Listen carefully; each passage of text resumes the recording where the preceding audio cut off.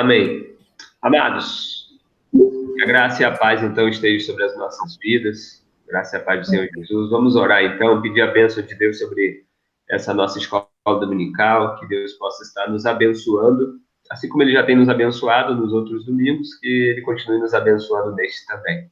Amém? Vamos orar?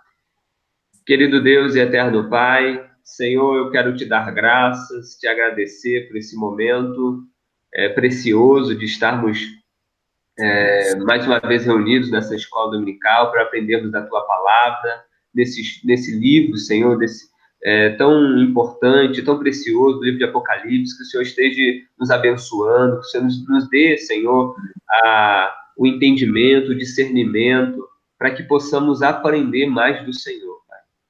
Abençoe cada um de nós aqui nessa manhã, que o Senhor esteja sempre à frente, abençoando o nosso dia, abençoando a nossa vida, abençoando as nossas igrejas, ó Pai, porque nós precisamos e dependemos do Senhor em tudo. Muito obrigado, nós oramos no nome do Senhor Jesus. Amém. Bom, então nós estamos na nossa quarta aula do livro de Apocalipse. Nós estamos aí no nosso estudo. Pode passar a próxima aí? Bom, o que nós vimos na última aula? Quem estava aqui na última aula foi quem? Meu pai, Vicente, Isso. minha mãe. Nós vimos símbolos. Que você... Símbolos. que você pode destacar aí, Vicente, da última aula que você viu? Nós vimos os símbolos referente ao número, às cores, aos tipos de animais, são mais feios do que não existem. Legal, isso daí mesmo. Quer também comentar alguma coisa, pai, mãe? Tá cortado o microfone de vocês aí. Não, pode botar no F5. F5.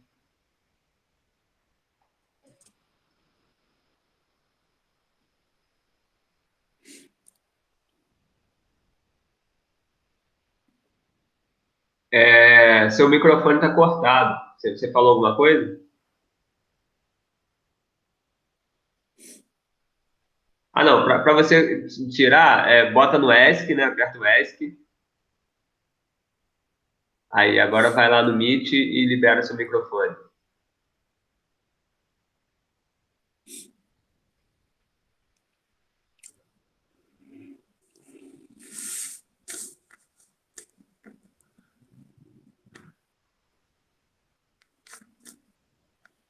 Não, esse daí pode fechar, pai. Você está abrindo o Outlook.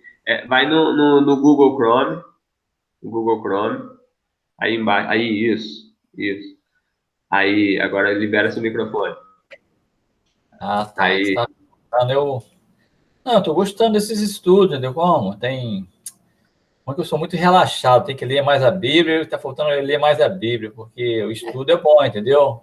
Uhum. Eu nunca li o livro de Apocalipse, porque eu tinha medo. É normal, né? O livro de Apocalipse dá muito medo. Não, então, mas agora a gente vai fazer o estudo. O nosso propósito é fazer esse estudo para justamente tirar esse medo. Esse medo que muitas vezes a gente tem, porque o que a gente tem mais medo é do desconhecido, daquilo que a gente desconhece. Igual o Vicente destacou ali dos animais, aqueles animais grotescos, animais ferozes, aquilo ali às vezes causa realmente medo nas nossas vidas, mas à medida que a gente vai entendendo algumas coisas, a gente vai percebendo o simbolismo, a importância de cada simbolismo, então a gente vai tirando assim, esse medo que é algo natural, é o medo do desconhecido, aquilo que a gente não conhece. Bom dia, irmã Deusi. Bom dia. Bom dia. Paz, Senhor. A paz. Bom, pode voltar lá pro slide, pai. Irmã Deusi, a gente está aqui só recapitulando a última aula. A senhora quer destacar alguma coisa da última aula? A última aula eu não consegui pegar. Então, a última aula a gente falou, só para lembrar os irmãos que já estão aqui, a gente falou sobre o simbolismo. Só lembrando aí que nós ainda não entramos no livro em si, na parte interna, na parte de cada capítulo. Nós estamos ainda pegando aquela referência do bolo que eu falei para vocês. Nós estamos apenas na cobertura desse bolo, chamado Apocalipse. Estamos apenas analisando ele por fora. E na aula passada a gente viu a questão do simbolismo. O livro de Apocalipse, ele é repleto de simbolismo. E como é símbolo, a gente não se interpreta símbolo de forma literal. Então foi isso que eu quis destacar na aula passada. Símbolo, ele mexe com o nosso imaginário. Acima de tudo, o símbolo, ele traz uma mensagem por trás daquela construção toda, que especialmente João, ele trabalha no livro de Apocalipse. Então, ele é permeado de símbolos. Nós vimos lá os símbolos cósmicos relacionados à criação, ao mundo, e referente realmente à manifestação de Deus quando se expressa nos trovões, nos relâmpagos. Aquilo ali é sinal da manifestação de Deus. Vimos os símbolos relacionados, como o Vicente destacou aí, os símbolos cromáticos, ligados às cores. No Apocalipse, que é preenchido de cores, então cada cor tem um simbolismo, tem uma mensagem por trás daquela cor. Então o livro de Apocalipse é um livro colorido, é um livro cromático, cheio de cores, e essas cores têm uma mensagem também por trás dele. Tem um código que precisa ser decodificado. Além disso, nós temos os símbolos zoomórficos, que são símbolos ligados aos animais. Nós temos os animais, principalmente, que retratam o mal, são animais grotescos, meio esquisitos, animais de 7 cabeças, pata de um bicho, corpo de outro bicho. Então, é para realmente demonstrar esse aspecto esquisito, que sempre está atrelado ao mal, enquanto que aquilo que está atrelado ao bem, você tem, por exemplo, Jesus comparado a um cordeiro. Ele também é como um leão da tribo de Judá. Então, são símbolos, esses animais são símbolos. Tanto é que João ele fala assim, olha, eu vi um parecido com a semelhança dele. Então, ele tenta trazer essa imagem do divino comparando com elementos da natureza. E, por último, nós vimos a questão dos símbolos numéricos. Então, o número da Bíblia não é contabilidade. Número da Bíblia é mensagem teológica. Isso eu aprendi com um professor na faculdade, chamado Paulo Garcia, e ele sempre dizia isso, número no Apocalipse não é contabilidade, mas é mensagem teológica. Então, no Apocalipse, nem sempre 2 mais 2 é 4. Então, quer dizer o quê? Que por trás daquele número tem um simbolismo. O número 7 significa o número divino, o número da perfeição. O 6 é o número imperfeito. Daí o número da besta, ser 666. É um 6 que está querendo ser 7, mas nunca é 7. Ele quer ser perfeito, mas não é. Quer ser divino, mas não é. Perfeito, o 12 que representa a universalidade, o total, e por aí vai, né? Então, na aula passada, ela está gravada, depois pode revê-la. Então, só para mostrar para vocês que a gente ainda não entrou no livro em si, analisando os capítulos, analisando cada passagem ainda, para a gente entender como que foi construído o livro de Apocalipse, para também a gente ver a maneira como a gente vai lidar com ele. Então, eu estou dando aqui para vocês caminhos para que a gente venha justamente lidar com este livro. Porque, como foi o próprio exemplo que minha mãe deu aí, né, muitas pessoas deixam de ler o livro justamente porque tem medo, às vezes porque tem aquela noção de fim do mundo, o mundo está acabando, então Ah, eu não quero saber disso daí, não quero saber de tragédia. Então, eu quero traçar caminhos para que a gente e ferramentas para que a gente possa saber interpretar e lidar com este livro, como ele deve ser lidado. Hoje, nós vamos trabalhar um último tema dessa parte introdutória, que é as escolas de interpretação do livro de Apocalipse. Pode passar, por favor, pai? Então, assim, não, pode voltar lá, deixa na outra tela. Então, assim, eu quero finalizar essa parte introdutória do livro de Apocalipse, falando das escolas de interpretação, para mostrar para vocês que, apesar do Apocalipse ser um livro, hoje, eu tenho essa imagem, de ser um livro gostoso de se ler, de se deliciar com ele, mas é um livro que nós temos muitas dificuldades para interpretá-lo. Porque nós temos, por exemplo, no mínimo 4 escolas de interpretação do Apocalipse. É um dos livros que você não encontra unanimidade em termos de interpretação dele. Então, temos várias correntes que interpretam ele de diversas maneiras. Daí a dificuldade nossa de lidarmos também com este livro. Então, não é um livro assim tão simples de se lidar. Tá? Então, eu quero hoje trabalhar com vocês, só para mostrar para vocês a complexidade desse livro. Mas que nós não venhamos a desistir de ler e de estudar esse livro por causa disso. Tá bom? Então, vou passar aí.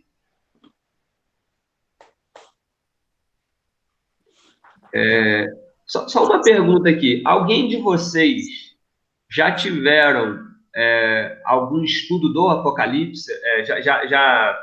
Já participaram de algum estudo do livro de Apocalipse antes? Eu já. Ah, irmã Deusinha. Já. A Daniela também. Quem é Daniela Abreu, hein? O Tássio, não. A Daniela é a namorada do Tássio. Ela é lá do Rio. É parente minha?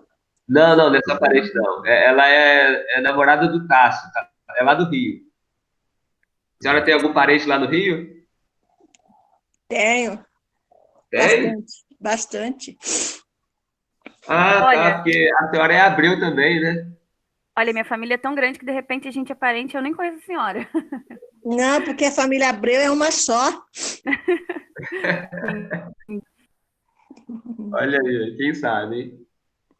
Vamos lá, então. Então, as escolas de interpretação que nós temos do Apocalipse. Ao que se refere às visões de João.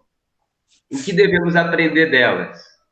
A igreja jamais chegou perto da unanimidade a respeito do assunto. Então, existem pelo menos 4 interpretações sobre o Apocalipse. Temos a escola chamada preterista, está ligado à interpretação voltada para o aspecto do passado.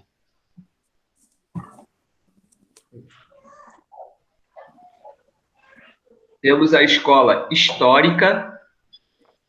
Quando eu digo escola, são escolas de pensamento, tá? Não é que tem uma escola e são escolas de pensamento. Tem a escola histórica, tem a escola ou a corrente futurista, que interpreta o livro totalmente voltado para o futuro, e temos a escola idealista, que está mais focada para esses aspectos simbólicos do livro. Pode passar. Pastor, Sim. por que o senhor não faz assim um pouco didático? Por exemplo, eu estou marcando escola preterista, fala sobre o passado. Aí, para ser didático, fala a segunda escola tal, fala sobre o que o senhor está falando, para a gente escrever aqui e marcar. Eu vou colocar aqui, é porque eu vou destacar melhor o que é cada uma delas. Tá bom, mas depois o senhor vai falando, né? Vou falando. Pode passar, pai.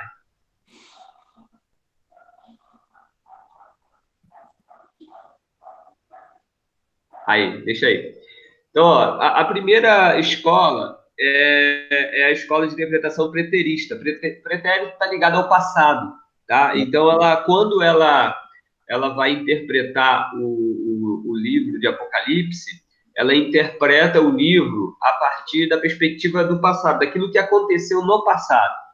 Então, ele vai analisar e olhar o livro dentro da perspectiva do século I, que foi o século I depois de Cristo, justamente o período em que o livro foi escrito. Então, entende que os acontecimentos do Apocalipse, em grande parte, foram cumpridos nesses primeiros séculos da era cristã. Por exemplo, quando ele retrata da queda de Jerusalém, que aconteceu em 70 depois de Cristo, a queda de Roma, ou seja, existe uma profecia voltada da besta que iria cair, então representa a Roma, o Império Romano, que cai justamente séculos depois, no século V, por exemplo, depois de Cristo. Então, essa escola, ela procura focar mais naquilo que nos acontecimentos e focar nesses acontecimentos do contexto do autor, do contexto do livro. Ou seja, João escreveu para a igreja daquela época, então aquela mensagem foi para a igreja daquela época. Então, ele vai interpretando tudo aquilo que acontece no livro a partir daquela época. Geralmente, esse grupo, essa escola preterista, eles são pós-milenaristas. Pós-milenarista ligado ao milênio, o capítulo final lá do livro de Apocalipse. Eu já vou explicar o que significa isso. Essas correntes pós-milenaristas, pré-milenaristas, amilenaristas, tá? Eu já vou explicar o que significa isso. Pode passar. Temos também a interpretação historicista. Ela encara os eventos do Apocalipse como um desdobramento do curso da história. Então, a escola historicista, ela é uma escola que procurou colocar cada evento do livro de Apocalipse dentro da história do cristianismo. Então, por exemplo, ao interpretar as 7 igrejas do Apocalipse, eles interpretam cada igreja, são 7 igrejas, cada igreja como uma era. Então, vai colocando, encaixando cada igreja a partir de uma época da história da igreja.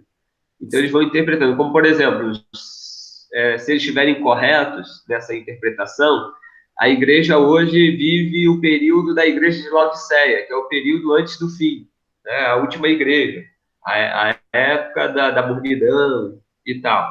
Então, eles vão interpretando, procurando encaixar o livro de Apocalipse dentro de várias acontecimentos históricos dentro da igreja.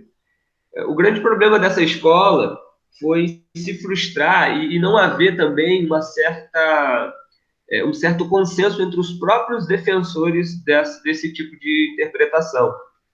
Porque, por exemplo, a gente vai ver também dentro dessa escola, por exemplo, ao situar o anticristo, alguns situam o anticristo, situaram numa época o Papa, colocaram o Papa como anticristo, aí depois viu que não era, aí depois Hitler foi colocado como anticristo. Então, assim, eles estão sempre tentando encaixar, e muitas vezes, nessa questão de tentar encaixar e adivinhar alguns aspectos do Apocalipse, acabam se frustrando, porque a própria história vai mostrando algo diferente acerca dessa interpretação. Mas só para dizer mais ou menos como que essa escola de interpretação. Eles tentam, então, colocar os eventos do Apocalipse como desdobramento do curso da história cristã. Pode passar. Bom, nós temos aí a interpretação futurista. Essa discute que os eventos do Apocalipse, em grande parte, não foram cumpridos, assegurando que os capítulos de 4 a 22 esperam o fim dos tempos para a sua realização. Então, essa escola, ela interpreta o seguinte, que do capítulo 1 ao capítulo 3 de Apocalipse, João estava falando para a sua época. Então, as cartas que ele escreve para as igrejas lá da Ásia Menor eram justamente as igrejas lá da Ásia Menor. Ele escreveu para aquelas igrejas, mas trouxe uma revelação acerca do futuro. Então, tudo que acontece, na medida em que Deus ele chama João ali no capítulo 4 para subir ao céu, entrar lá no céu e ele começar a contemplar tudo que acontece ali, a partir do capítulo 4, aquilo ali é tudo uma projeção futurista, tudo que vai acontecer no futuro. Nada aconteceu ainda, então está para acontecer. Então, essa escola de interpretação futurista, ela coloca o livro de Apocalipse no plano totalmente futuro. Então, tudo que você vai ver então ali naquele livro ainda não aconteceu, está por acontecer. Então, ele está num outro aspecto, está numa outra dimensão, uma dimensão totalmente futura. E geralmente os adeptos dessa escola eles são pré-milenistas ou milenaristas, pré-milenistas ou milenaristas. Depois, como eu falei, a gente já vai explicar o que significa isso, tá bom? Pode passar.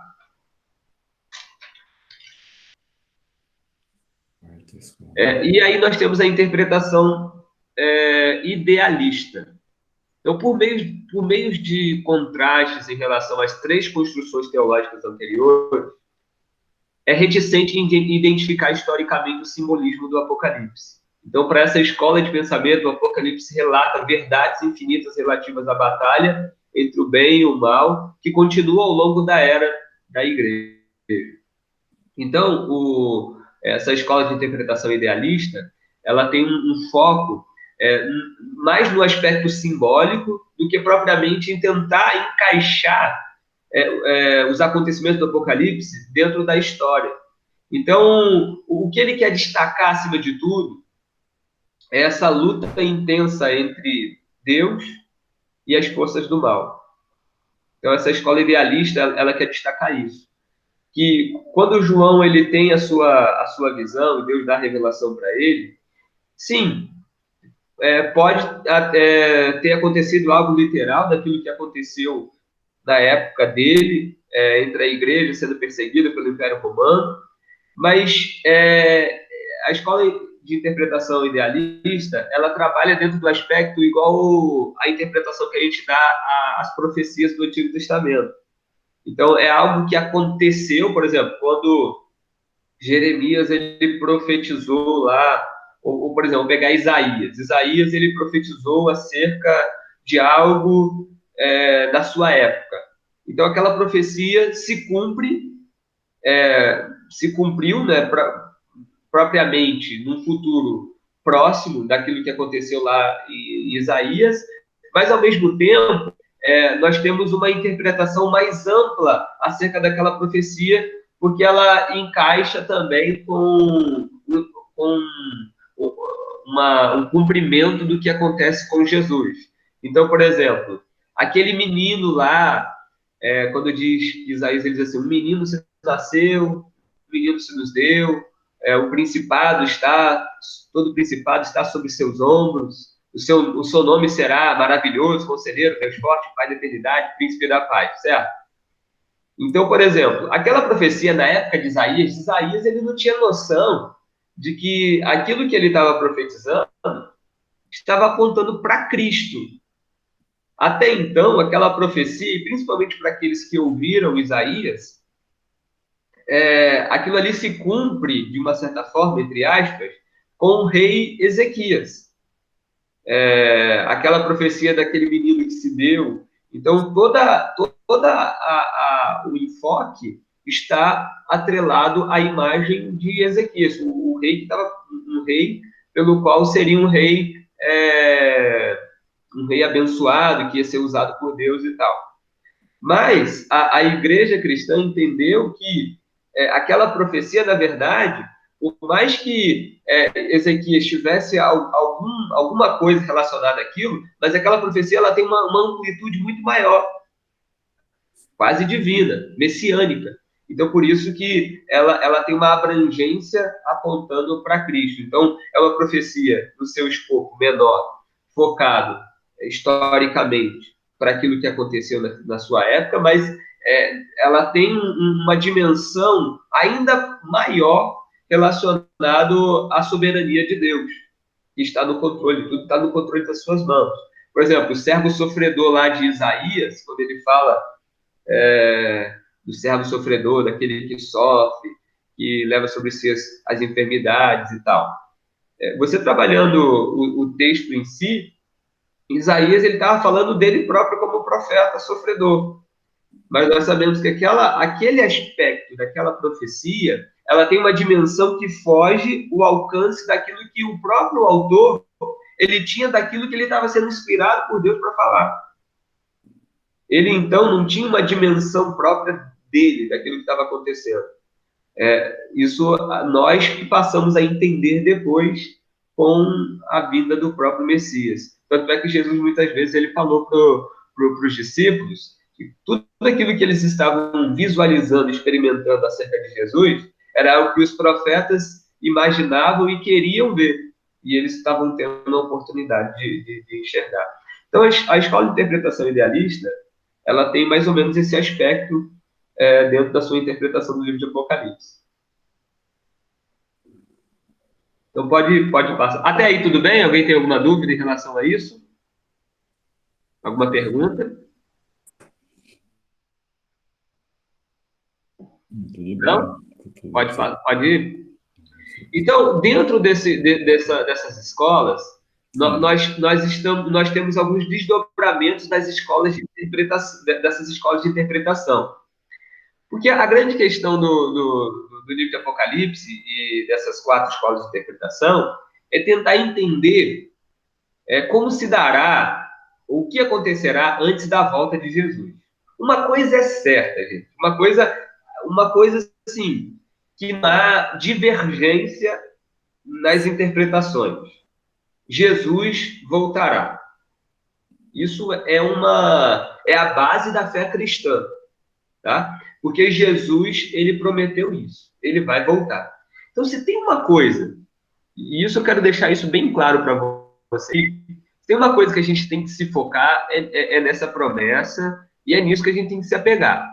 Jesus vai voltar. Então, isso não há divergência. Agora, o que vai acontecer antes disso é o que há divergência, que há como que se dará essas questões. Então, isso daí são especulações. O que vai acontecer, a gente vai ver quando acontecer, como que se dará mesmo. Então, dentro dessas escolas de interpretação, nós temos alguns desdobramentos acerca de algumas interpretações, por exemplo, do capítulo 20 de Apocalipse, que fala do milênio. Então, o capítulo 20 de Apocalipse fala a respeito do milênio.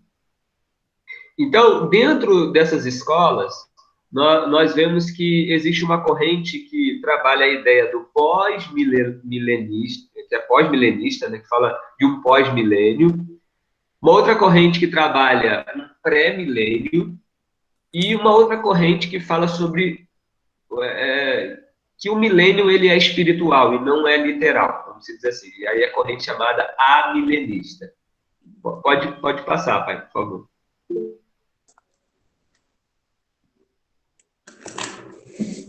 O Tássio.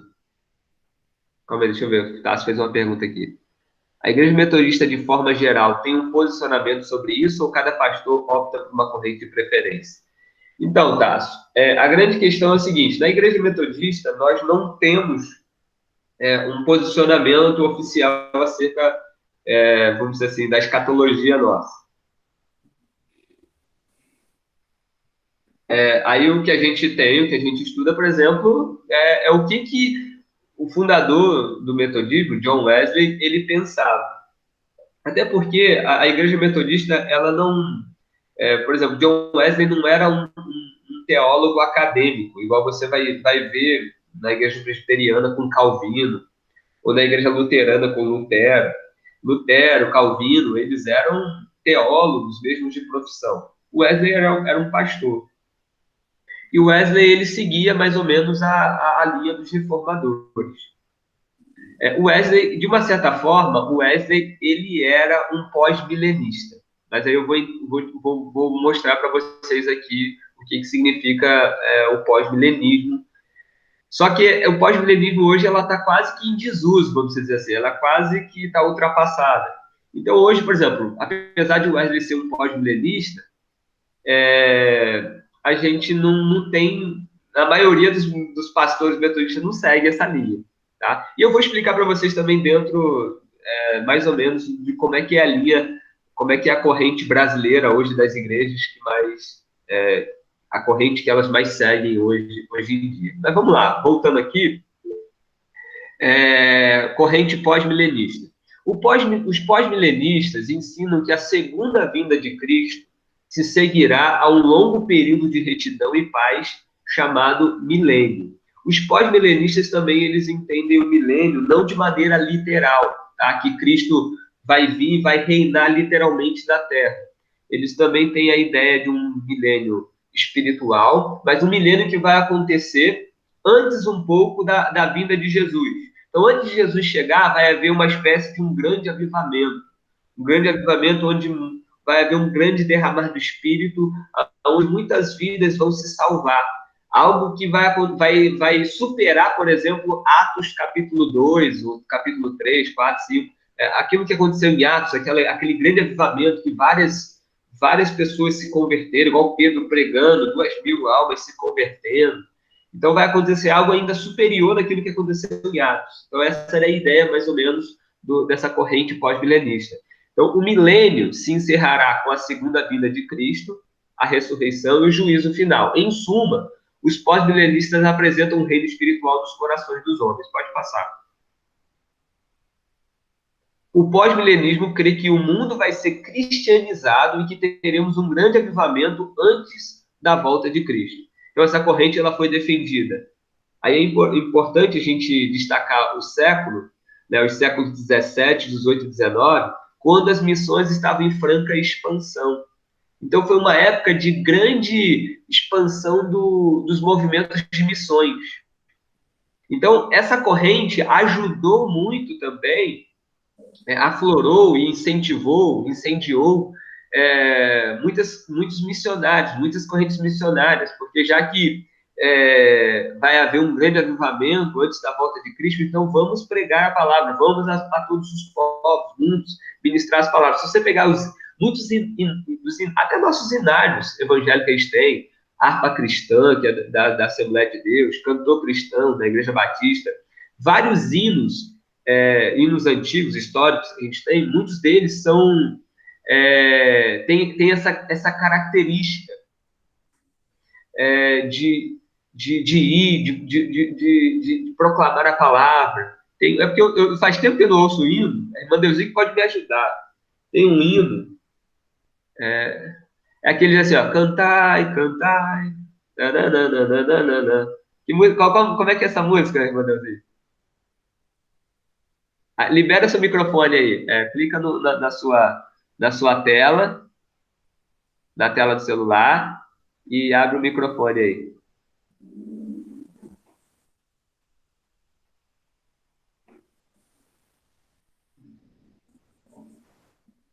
Ó, clica na tela aonde está o seu rosto, clica, e vai aparecer um microfonezinho, a senhora clica nesse microfone.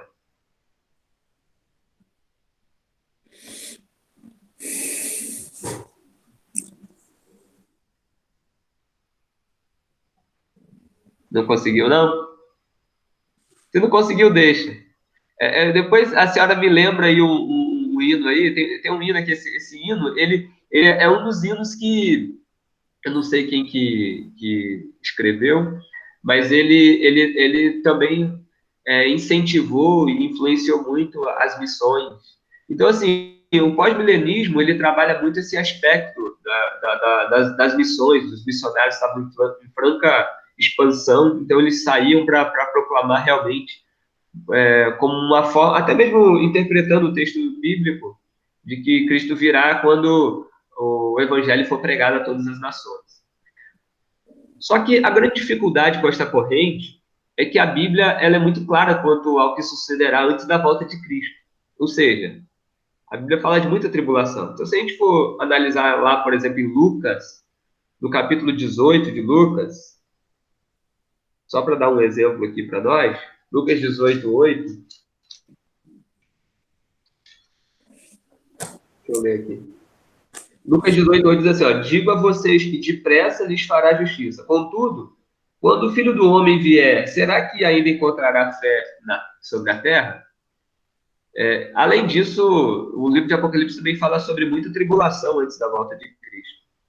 Então, muitos acabam combatendo essa corrente pós-milenista justamente sobre isso. Enquanto a corrente pós-milenista fala de algo que sucederá antes da volta de Cristo, um tempo de retidão, de paz, de grande ação, vamos dizer assim, de conversão, de avivamento. Pelo menos outros textos da Bíblia dizem que o que vai preceder a volta de Cristo será muitas tribulações. Pode passar? E aí nós temos a corrente pré-milenista. Os pré-milenistas ensinam que a segunda vinda de Cristo precederá o milênio. E aí eles já creem no milênio literal, tá? Essa corrente prevê que a igreja sofrerá às mãos do anticristo, mas Cristo a salvará mediante a sua volta no fim da tribulação, quando então destruirá o anticristo, livrará sua igreja e trará o mundo ao fim e inaugurará o reino milenar. Então, aqui eu coloquei entre parênteses que é o pré-milenismo histórico, tá?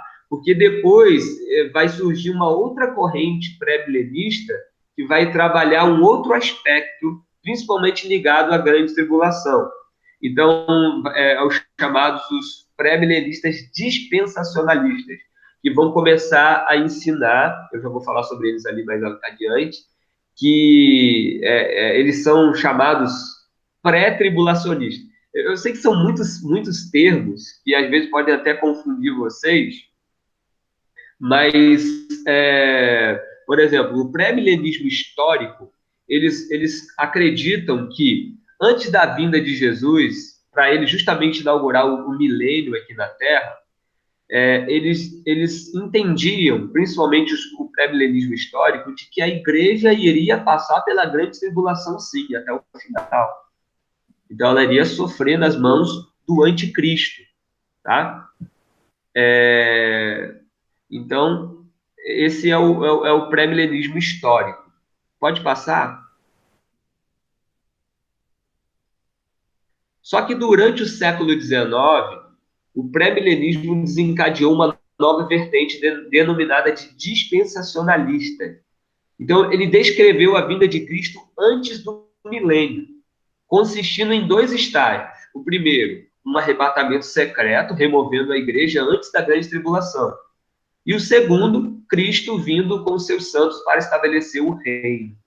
Então, os dispensacionalistas, que é uma corrente que surge da escola futurista, dessa corrente pré-milenista, então eles passaram a entender que a igreja não vai passar pela grande tribulação, ela é arrebatada antes. E a gente tem hoje muitos adeptos dessa corrente. Hoje é uma corrente muito popular nas igrejas como um todo hoje. Principalmente, não sei se vocês já viram os filmes Deixados para Trás. Quem já viu esse filme aí? Já viu? Deixados para Trás? Então, esse filme, ele retrata essa corrente dispensacionalista. Tá bom? Eu tinha medo do filme, Daniela?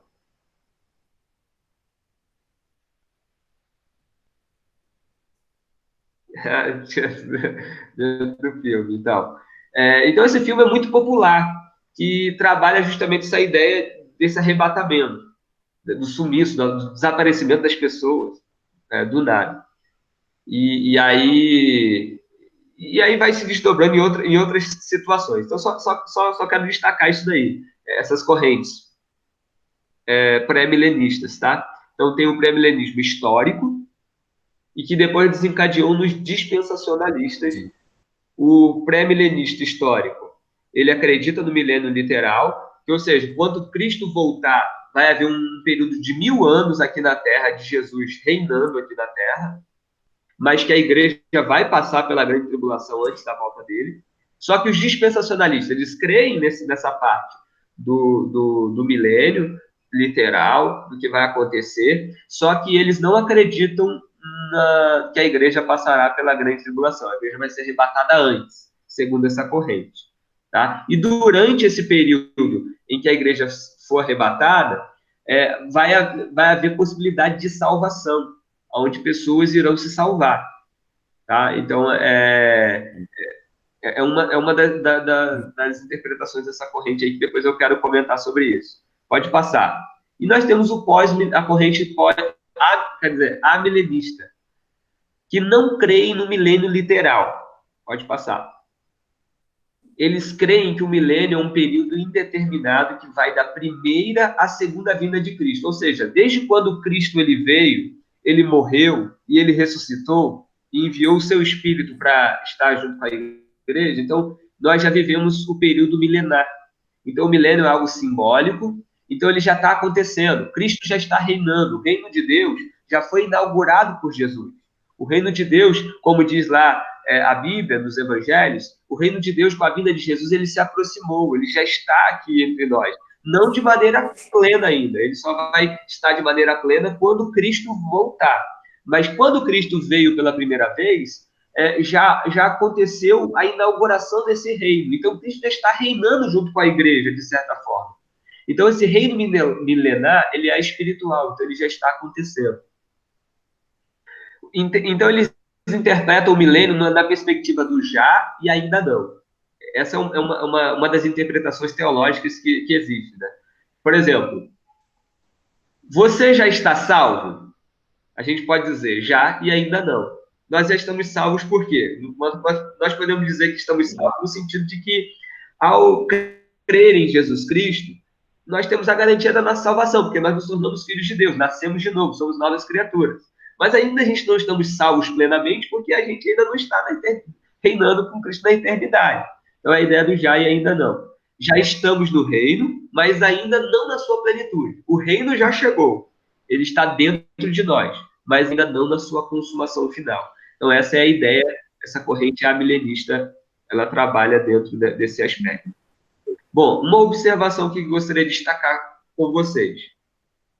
Independente da escola que eu escolho para interpretar o Apocalipse, isso não me torna menos ou mais cristão do que aquele que opta por outro tipo de interpretação diferente da minha.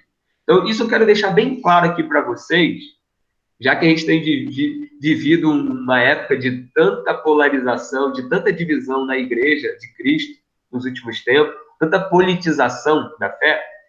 Então, eu quero deixar algo bem claro aqui para vocês a respeito disso. Eu quero deixar claro isso porque, para mostrar ao falar dessas escolas de interpretação, para mostrar para vocês a complexidade que nós temos ao se aproximar desse livro de Apocalipse. São vários tipos de interpretação, tá? Então, o tipo de interpretação que eu escolho, que eu sigo, não me faz mais crente ou menos crente daquele que vai escolher uma interpretação diferente da minha, tá? Então, eu gostaria que ficasse bem claro isso daí. Aí eu dei até um exemplo aqui, ó. Por exemplo, se eu acredito que a igreja vai passar pela grande tribulação e só depois... então, por exemplo, vamos supor, eu interpreto que a igreja vai passar pela grande tribulação. Mas vamos supor que Jesus ele volta e na verdade, ele arrebata a igreja antes da grande tribulação. Né? O fato de eu crer que a igreja vai passar pela grande tribulação não quer dizer que eu não vou ser arrebatado com Cristo, tá? Minha interpretação não vai definir ou não vai modificar aquilo que Deus projetou ou aquilo que é a vontade de Deus. Ok? Vocês entenderam o que eu quis dizer? Então, por exemplo, eu posso acreditar, vamos supor aqui que eu acredito que a igreja vai passar, eu interpreto que a igreja vai passar pela grande tribulação. Mas se Jesus ele arrebatar a igreja antes da grande tribulação, eu vou estar arrebatado, porque eu sou igreja. Porque independe da minha interpretação. Ok? O contrário também é verdadeiro, tá?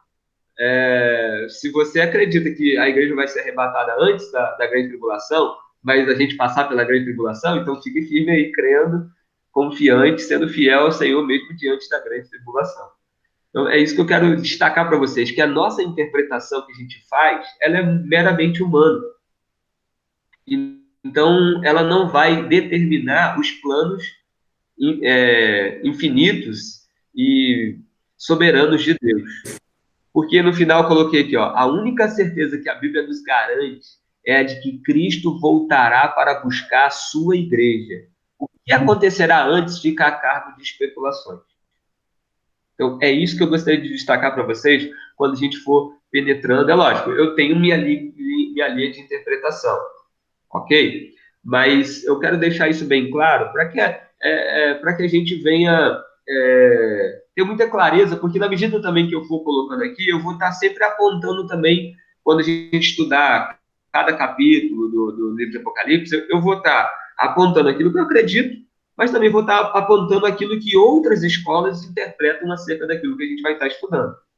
Para que você veja aquilo que você pensa assim, não, eu acredito que vai ser assim, que vai ser assado e tal, e tal. Alguma dúvida, gente? Alguma pergunta aí em relação a isso? Um comentário? Alguém quer fazer algum comentário? Tá claro? Pode falar, tem alguma dúvida? Ó, não entendi isso daqui, me explica melhor. Aproveita que é agora.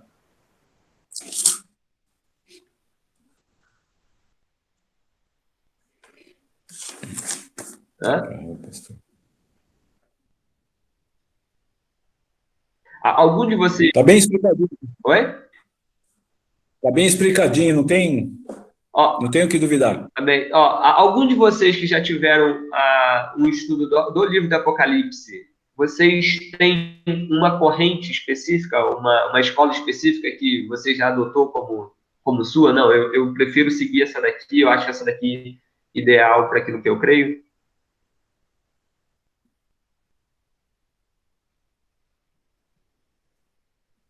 Amilenista. O Luiz aí disse que ele segue a linha amilenista.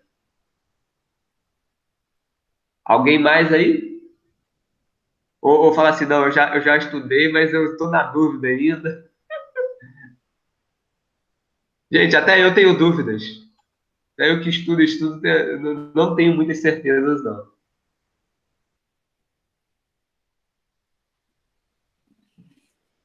Alguém mais?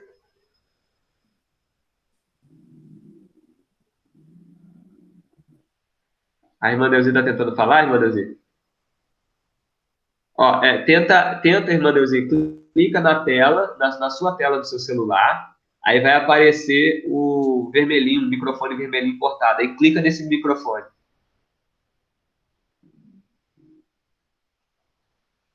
Para liberar, senão a gente não consegue ouvir a senhora.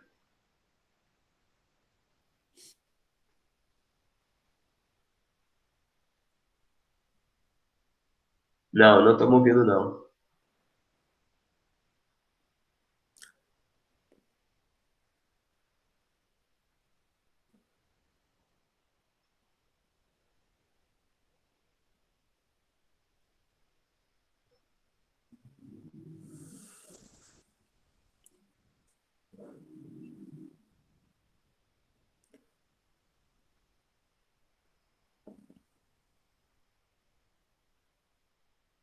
Se não estiver liberando, o Rodrigo, talvez entrando e saindo pode ser que ajude.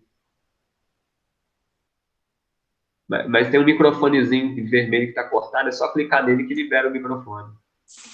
Aí, liberou. Então, é a mesma linha do que eu tinha, que eu fiz o estudo uma vez, de Apocalipse. Qual que a senhora segue? É a que o senhor está falando. Eu estou falando de várias aqui. É a mesma. Essa linha aí. A linha que o Luiz falou aí, do amilenista? A senhora tem que falar que é a linha que ele está explicando. É a linha que você está explicando, tudo direitinho, o que o senhor está explicando. Que acredita tá. Que acredita. Arrebatamento antes da tribulação. Tipo assim. Então, a senhora acredita que a igreja vai passar pela grande tribulação ou vai ser arrebatada antes? Antes. Antes? Sim, eu acho, acredito. Vamos lá, deixa eu ver outros irmãos aí. Quem acha aí que a igreja vai ser arrebatada antes aí? Eu acho que vai ser antes. Você acha ou você quer, Vicente? Ah, eu quero. Quem não quer, né? Tô brincando. Deixa eu ver aqui. O Tássio, eu também o quê, Tássio? Você quer ou você acha? O que mais de amor? Ah, os dois, né? Tá certo. Tá certo, gente. Ó, eu costumo dizer o seguinte. Pastor. Eu, particularmente, eu acredito que a igreja, se tiver que ter uma grande tribulação, conforme diz lá o livro de Apocalipse, a igreja passará sim pela grande tribulação. E eu digo assim, porque lá na Bíblia não diz que, quando fala guardar da grande tribulação, quando o Apocalipse diz assim, que a igreja será guardada da grande tribulação, o guardar ali não quer dizer que ela vai ser arrebatada. Mas o guardar quer dizer, você pode ver o seguinte, que a igreja vai ser guardada da ira de Deus, mas não da ira do mal. Como aconteceu, por exemplo, quando as pragas do Egito, porque o Apocalipse ele faz referência às pragas do Egito.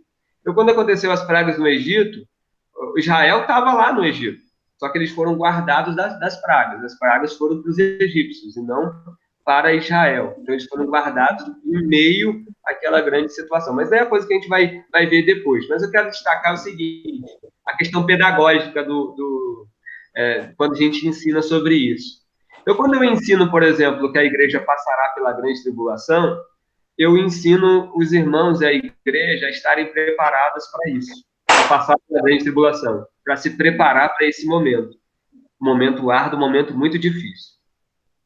Então, pedagogicamente, isso ajuda.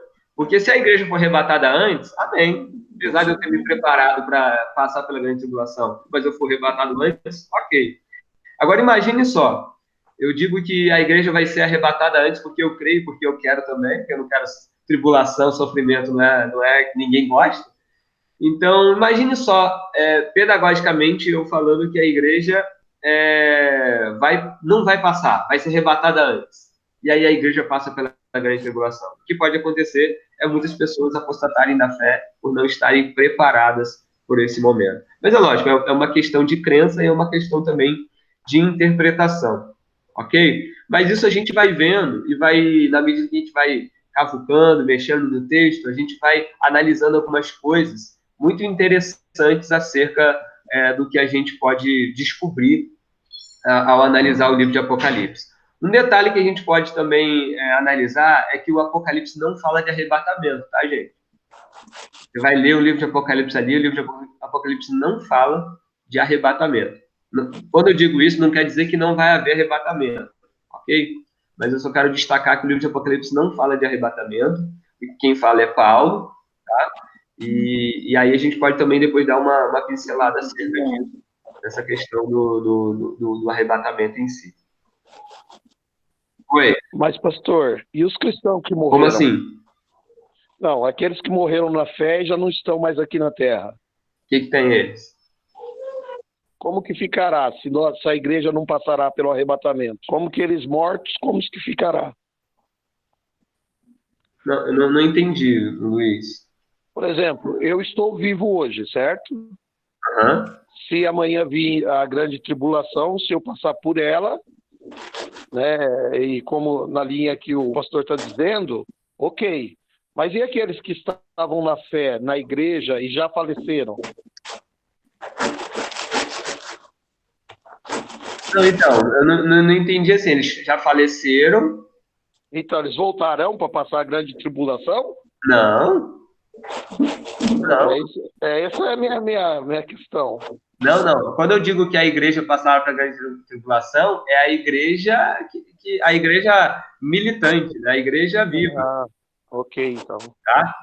E quando eu digo assim a questão do arrebatamento, a linha que eu sigo é o seguinte, porque a linha que está mais popular hoje é a linha dispensacionalista, é aquela que a gente vê no filme lá, Deixados para Trás e tal, que fala de um arrebatamento secreto da igreja, mas a Bíblia não fala de um arrebatamento secreto.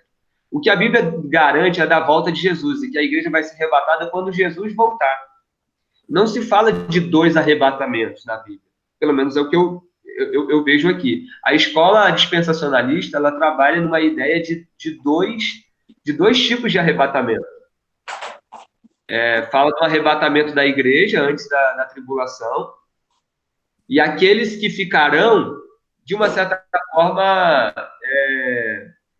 daí é aquela questão de tentar interpretar o livro de Apocalipse literalmente. Então, vai falar das 2 testemunhas, que vai pregar a palavra, e aí Israel vai se converter, é a oportunidade de Israel se converter. Mas aí a gente tem algumas incongruências teológicas. Por exemplo, quando a igreja ela é arrebatada, o Espírito arrebata a igreja para os céus. Então, o Espírito sai da terra. Então, a corrente dispensacionalista acredita que haverá salvação sem a presença do Espírito Santo. E isso, teologicamente falando, biblicamente falando, é uma coisa invencionista, porque a gente não vê na Bíblia salvação sem o Espírito Santo. Porque a Bíblia diz que quem convence a gente do pecado, da justiça e do juízo é o Espírito Santo. A gente não pode declarar que Jesus é o Senhor se não for pelo Espírito. Então, a gente vai vendo várias incongruências e os dispensacionalistas é uma corrente que surgiu no século XIX. Até então, 18 séculos, até então a igreja não pensava dessa maneira. Então, é uma doutrina muito nova, mas é a mais popular hoje. Principalmente no seio brasileiro hoje, ela é muito grande, porque ela surge dos Estados Unidos.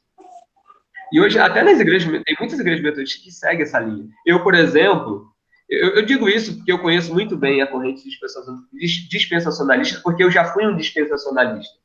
A minha igreja, a igreja dos meus pais, lá em Macaé, eu me lembro, há uns tempos atrás, na minha época, o pastor, ele chamou, eu acho que meu pai ainda não tinha se convertido ainda, na época, o pastor Aloysio chamou um pastor que era pastor de Búzios, pastor Josias, me lembro até hoje o nome dele, Josias, um senhorzinho. Ele deu um curso de escatologia para nós, e foi todo voltado nesse aspecto dispensacionalista. Então, uma igreja metodista. Então, é uma coisa muito popular hoje, principalmente por causa do filme, dos livros que a gente tem do Tim LaHaye, e principalmente do filme. O filme é um propagador muito grande de cultura e de ensino. Então, é uma corrente muito, muito forte. Então, por isso que hoje a gente tem a maioria das pessoas seguindo essa linha. Por isso que, ao estudar, a gente vai dar uma pincelada em todas as correntes, mas, particularmente, eu apontarei algumas dificuldades que a gente terá ao analisar a Bíblia como um todo. Igual, por exemplo, a corrente dispensacionalista, eles trabalham a ideia de que a igreja e Israel são coisas diferentes. A igreja e Israel.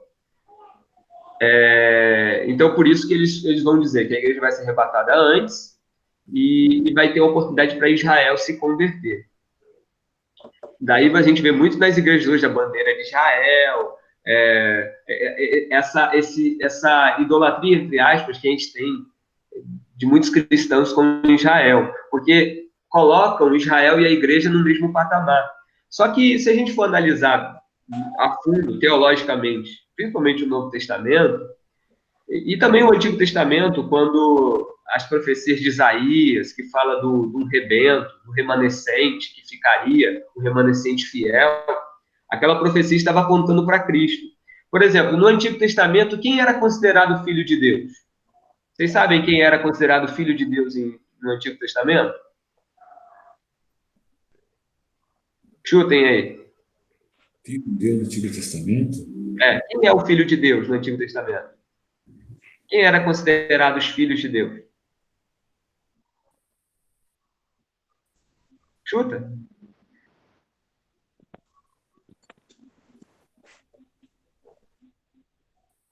Nem no chute? Israel, né? Israel era o filho de Deus. Os israelitas eram os filhos de Deus. Depois nós temos o próprio rei considerado como filho de Deus. Mas a ideia era que Israel era o filho porque ele estava em aliança. Como um pai cuida dos seus filhos, o pastor que cuida das suas ovelhas. Então, quem eram os filhos? Os filhos eram Israel. Só que Israel foi infiel à aliança. Então, a profecia dizia que viria um remanescente fiel. No Novo Testamento, Cristo passa a ser o protótipo e a referência do Filho de Deus. Tanto é que nós temos a própria igreja depois celebra um dos títulos messiânicos de Jesus como Filho de Deus. Então você vai ver, por exemplo, no batismo de Jesus, quando a gente vê lá aquela expressão que o Espírito desce sobre Jesus, o Espírito ao descer sobre Jesus, o que a voz do céu diz? O que Deus diz quando Jesus é batizado? Este é meu filho amado, Falta uma frase. a quem me comprazo. Isso, justamente. Este é o meu filho amado. Este é excludente. Aí os nossos pedagogos aí, os professores, o Tássio é professor aí, é isso daí mesmo, Tássio? Me ajuda aí. Este é excludente, está dizendo que é este, é aquele, é Jesus. Então está excluindo qualquer possibilidade de outros. É isso daí, aí, ó. Então, este é o meu filho amado. Escolhido. O meu escolhido, a quem me comprazo. Depois, quando a gente vê lá no Monte das Transfigurações, a gente vê Moisés, Elias e Jesus transfigurado. Aí tem lá a voz do céu que diz assim, ó, este é o meu filho, a ele ouvi. Então, Jesus passa a ser o novo Israel. Jesus é o novo Israel. Por que nós dizemos hoje que a igreja é o novo Israel? Porque a igreja é seguidora de Jesus. Porque a igreja é corpo de Jesus. Nós dizemos que nós somos o novo Israel, o Israel remanescente, o Israel glorioso, porque a aliança que nós temos é com Cristo. Então, por isso que, teologicamente falando, essa corrente, quando tenta colocar Israel hoje no mesmo patamar, porque não existe mais hoje um Israel físico. Se você for lá em Israel mesmo, lá na Palestina, os israelenses, na verdade, eles são pessoas que não têm temor nenhum a Deus. São poucos realmente que seguem ao Senhor lá, pelo menos no Antigo Testamento. O Israel moderno hoje é um Israel muito diferente desse Israel bíblico que a gente conhece. E às vezes a gente vê muitas pessoas exaltando Israel, a bandeira de Israel e tal. E que é uma bandeira moderna, porque o Estado de Israel foi constituído há pouco tempo, no século passado. Tá? Então, assim, algumas convergências que a gente tem teologicamente falando. Então, assim, o novo Israel, o Israel verdadeiro hoje, é a igreja, porque Cristo é o Israel verdadeiro. É isso que a Bíblia nos mostra no Novo Testamento. Não tem essa de separar Israel e igreja. Porque só tem um Israel. O Israel é Jesus. É o remanescente fiel. Tanto é que a tentação de Jesus, ela remete muito à tentação de Adão e à tentação de Israel no deserto, lá na época de Moisés. Todos eles falharam, mas Jesus permaneceu fiel.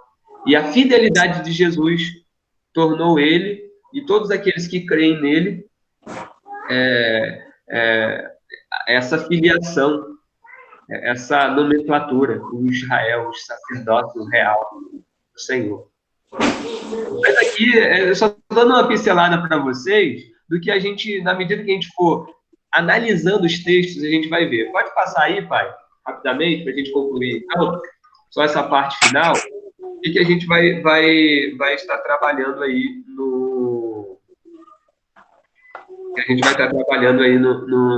nas próximas aulas nossas. Então, eu peço que vocês estejam lendo, tá? É muito importante vocês lerem, pegarem toda essa parte introdutória que a gente falou aqui, a parte da cobertura desse bolo, que a partir de semana que vem a gente vai entrar no recheio do bolo. A gente vai começar a analisar os textos, analisar os capítulos, tá bom?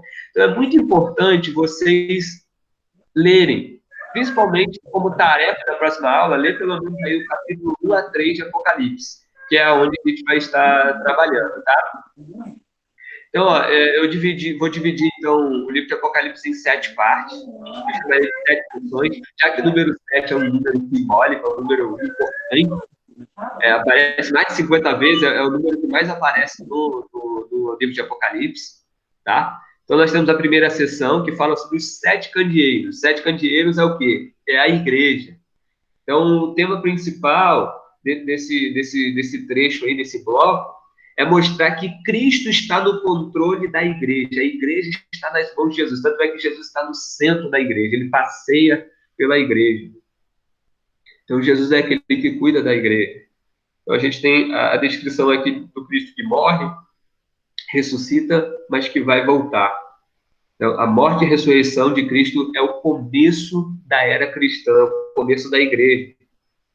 Então, é mais ou menos isso que a gente vai estar trabalhando na próxima aula. E as próximas aulas, a gente vai trabalhar o capítulo 4 a 7, vai falar dos 7 selos, do 8 ao 11, as 7 trombetas, do 12 ao 14, a tríade do mal, do 15 ao 16, as 7 taças, do 17 ao 19, a derrota dos agentes do dragão, e do 20 ao 22, o reinado de Cristo, tá?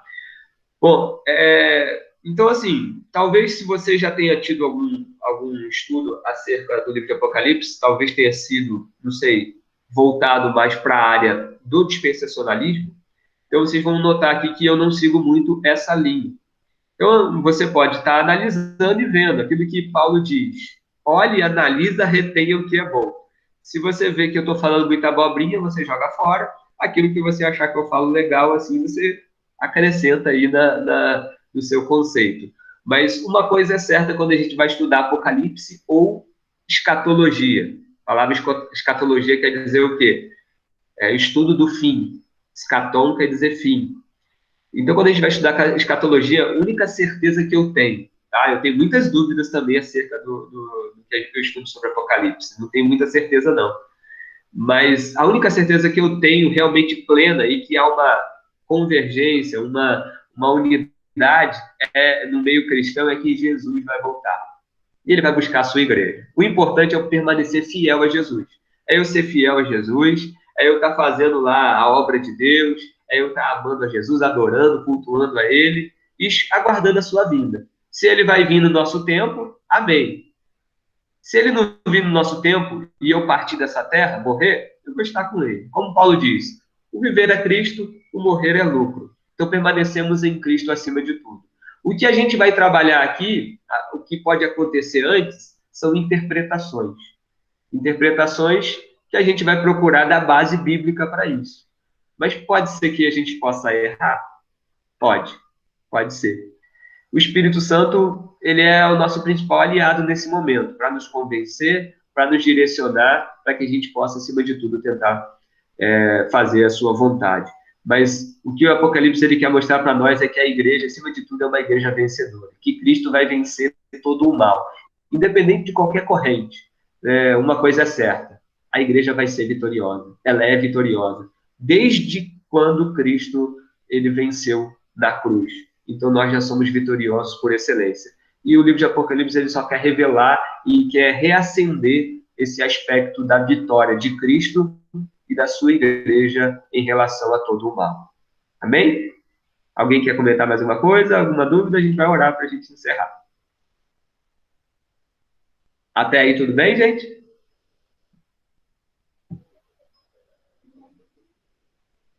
Amém, então. Então, vamos orar, vamos agradecer a Deus por esse momento especial de estarmos aqui em comunhão. Pai, pode tirar, se você quiser, pode parar a apresentação aí. Pode fechar aí. É só voltar lá no Meet. Isso. Aí. Amém. Vicente, você pode abrir seu microfone e orar aí para a gente encerrar? Então, lembre-se, gente, semana que vem é importante vocês lerem também o texto. Leem, destaquem alguma dúvida que vocês tiverem, alguma coisa assim que vocês forem vendo. Achei legal, interessante, para a gente também dialogar, para não ficar só também eu falando aqui. Vai lá, Vicente, pode orar para a gente encerrar. Quero agradecer a Deus por essa oportunidade do conhecimento do Apocalipse, que jamais eu aprenderia, e agradeço essa oportunidade que o pastor está dando, através do Espírito Santo, de nos revelar o caminho, a verdade, para que nós conseguimos manter firme em nossas crenças em Jesus Cristo. Amém. Amém, glória a Deus. Amém, queridos. Deus abençoe a vida de vocês. Abençoe aí a vida da irmã Deusi, Vicente, do Luiz, do Cido, da Daniela, meu pai aí, minha mãe, o Tássio. Deus abençoe a vida de vocês. Até semana que vem, se Deus quiser. Glória a Deus. Bom domingo para os irmãos aí, com a paz do Senhor. Amém. Amém.